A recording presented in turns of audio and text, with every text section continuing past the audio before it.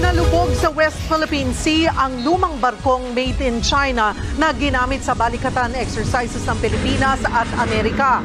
Pinaulanan ng missile at bomba ang barko hanggang sa mawasak ito. Nasa frontline ng balitang yan, si Brian Castillo.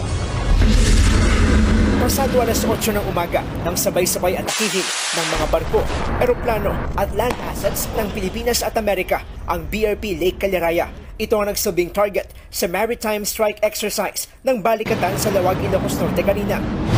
Malayo at hindi kita mula dito sa aming kinaroroonan ang target ship na BRP Lake Caliraya. Pero nakaposisyon dito sa beach ang ilang artillery weapon ng Pilipinas at Amerika. Katuwang nila sa pag-atake ang air at naval assets na naroon naman sa West Philippine Sea.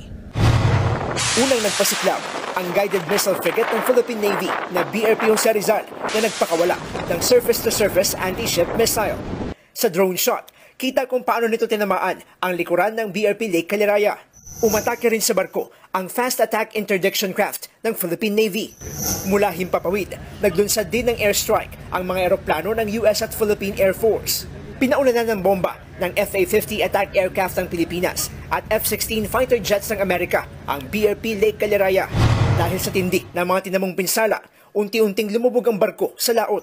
Makalipas ang halos 2 oras, tuluyan na itong lumubog sa dagat. Ayon sa mga opisyal ng balikatan, pinakita sa Maritime Strike Exercise kung gaanong kalakas sa mga armas na sasalubong sa sinumang magtatangkang umatake sa dalampasigan ng Pilipinas. You got to assess it as extremely lethal, both from an aerial perspective and from a ground perspective. The ability of both the U.S. And the Filipino, Army and Air Force to work together to achieve this is extremely lethal. Sa kasagsagan naman ng maritime exercise, isang mangingisda ang nakapasok sa restricted area. Pero hindi ito nakalapit sa target ship at agad ding pinaalis. Ayon sa AFP, pababayaan na sa ilalim ng dagat ang BRP Lake Caliraya. Aprobado rin ng DENR ang lokasyon kung saan ito lumubog. Their requirement is for the ship to sink below 1,000 feet. It's beyond any diver can dive, so it's safe. But it will serve as a shelter for fishes. Safe from humans and good for fishes. Nagbabalita mula sa frontline, Brian Castillo, News 5.